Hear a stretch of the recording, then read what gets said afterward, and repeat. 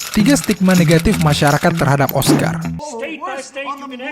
Ini film Lincoln. Jadi tahun 2013, film ini dapat 12 nominasi Oscar tapi cuma berhasil bawa pulang 2 piala. You know why? Ada yang bilang karena Whisper Campaign, sebuah kampanye yang tujuannya untuk menyebar persepsi negatif sebuah film melalui bisikan. Artinya, para juri bisa dilobi dan dipengaruhi. Terakhir kali sebuah film action bisa memenangkan Oscar sebagai film terbaik, itu di tahun 2000. Sisanya film drama semua. Kesannya Oscar tuh nggak suka sama genre lain. Di tahun 2018, Netflix pernah ngegarap film dengan judul Roma yang dapat 10 nominasi di penghargaan Oscar. You know what? Steven Spielberg yang termasuk salah satu juri di sana menyarankan untuk mengubah aturan supaya film-film yang digarap situs streaming untuk tidak diperbolehkan masuk ke sana. Juri Oscar takut rezekinya keganggu anjir. Ketiga stigma negatif ini mengerucut kepada satu, juri.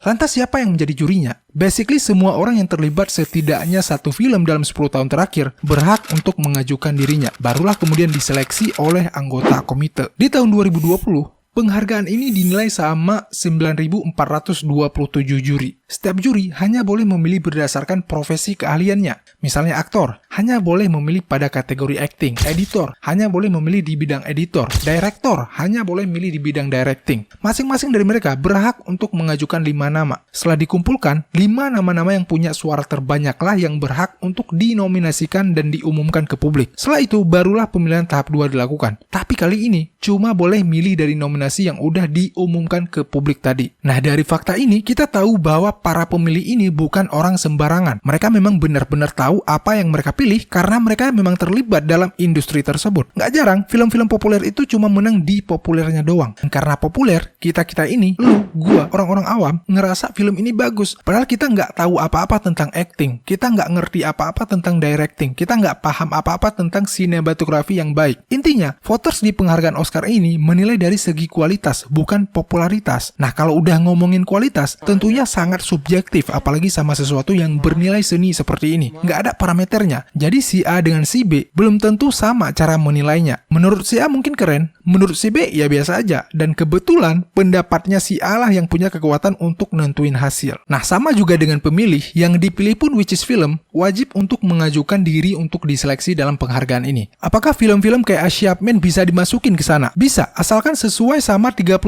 lembar peraturan Oscar tahun 2023 yang gua aja males bacanya. Nah, kadang-kadang produser atau perusahaan yang ngebuat film-film besar ini males untuk masukin film-film mereka ke sana. Pertama ribet, kedua bisa malu cuy. Kalau sampai film budget 200-300 juta dolar kalah sama yang budgetnya cuma 20 juta. Contohnya, Avengers Endgame dikalahin sama film 1917 dalam kategori visual efek terbaik.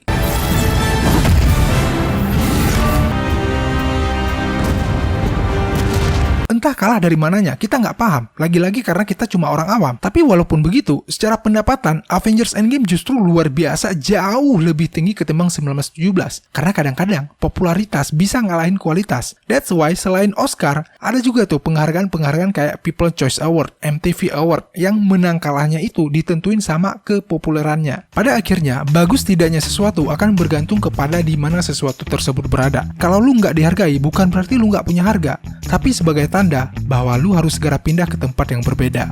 Robert Downey Jr.